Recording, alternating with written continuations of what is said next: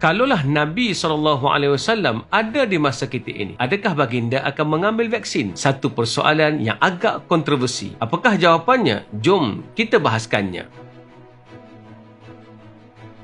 Assalamualaikum. Tanpa sokongan anda dengan link di bawah, kami tidak mampu meneruskan usaha perubahan ini. Sharelah video ini demi perubahan dan join saya di Telegram Ustaz Zul.id. Terima kasih. Baru-baru ini timbul satu gerakan menakutkan orang ramai untuk tidak mengambil vaksin. Akhirnya, ada di kalangan orang Islam yang terpengaruh menyebabkan mereka enggan bahkan membatalkan janji temu untuk mengambil vaksin. Adakah mereka ini sedang mengikut jalan Nabi atau bagaimana? Percayakah kita bahawa Nabi SAW pernah memberikan panduan untuk berhadapan dengan wabak ataupun pandemik yang melanda kita? Antara persoalan yang perlu kita bahaskan adalah, pertama, adakah Nabi akan buat kuarantin atau lockdown bila berlaku wabak berjangkit? Jawapannya ya, sebab memang ada hadis Nabi yang mengarahkan demikian. Idza sami'tum bihi bi ardin fala taqdamu alaih wa idza waqa'a bi ard wa antum biha fala takhruju firaran min. Apabila kamu mendengar wabak di satu tempat, maka janganlah kamu pergi ke situ, dan apabila ia berlaku di tempat kamu, maka janganlah kamu keluar lari daripadanya. Hadis Muslim. Hadis ini cukup jelas menampakkan arahan Nabi bagaimana harus kuarantin dilakukan. Takkan masih ragu dengan ajaran Nabi? Kedua, adakah Nabi akan melakukan penjarakan sosial? Jawapannya ya, bahkan Nabi buat lebih baik dari itu. Sabda Rasulullah SAW, la yuridanna mumridun ala musih, yang sakit janganlah mendatangi yang sihat. Hadis Bukhari dan Muslim. Nabi melarang bertemu dengan mereka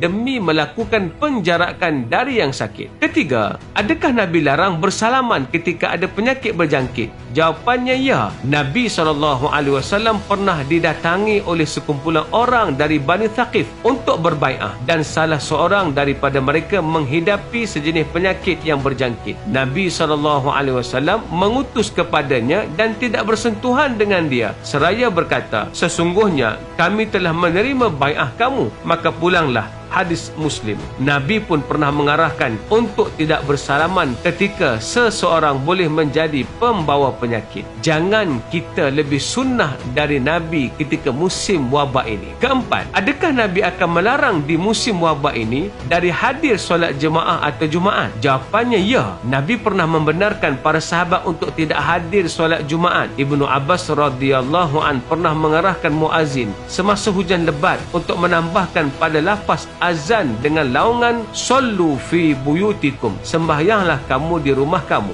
Ibnu Abbas lalu berkata, ata'jabuna min dhalik laqad fa'ala dhalika man huwa khairum minni innal jum'ata azmah wa inni karihtu an ukhrijakum fashamtu fit taina wad dahad.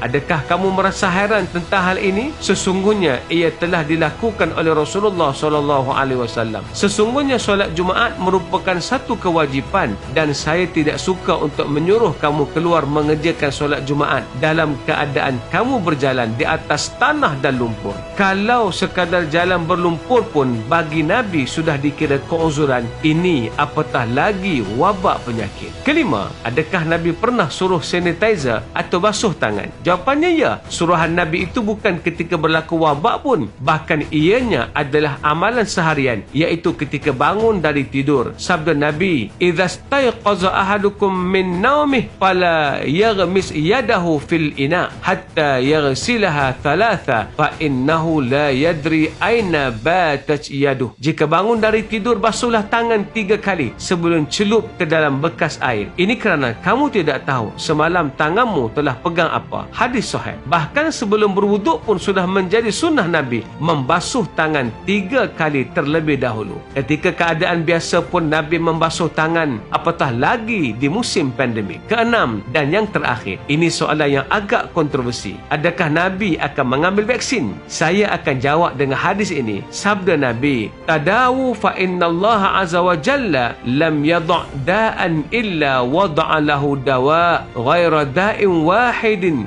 al-haram. Berubatlah kamu, sesungguhnya Allah Subhanahu wa taala tidak menurunkan satu penyakit melainkan diturunkan juga ubatnya, melainkan melainkan satu penyakit saja, iaitu ketuaan. Nabi memberikan arahan dalam ucapannya untuk berubat apabila ada penyakit. Tambahan pula, bila penyakit itu boleh memudaratkan kepada manusia, lagilah berubat itu wajib. Tambahan pula, jika pada masa itu satu-satu ubat hanyalah vaksin dan tiada ubat lain dan jalan lain, anda rasa adakah Nabi akan ambil vaksin atau Nabi akan melanggari ucapannya sendiri? Saya tinggalkan persoalan itu kepada anda. Ayuh terus kuat untuk transformasikan pemikiran kita agar terus meningkatkan kualiti diri kita agar kekal relevan untuk berada di dunia ini. Assalamualaikum.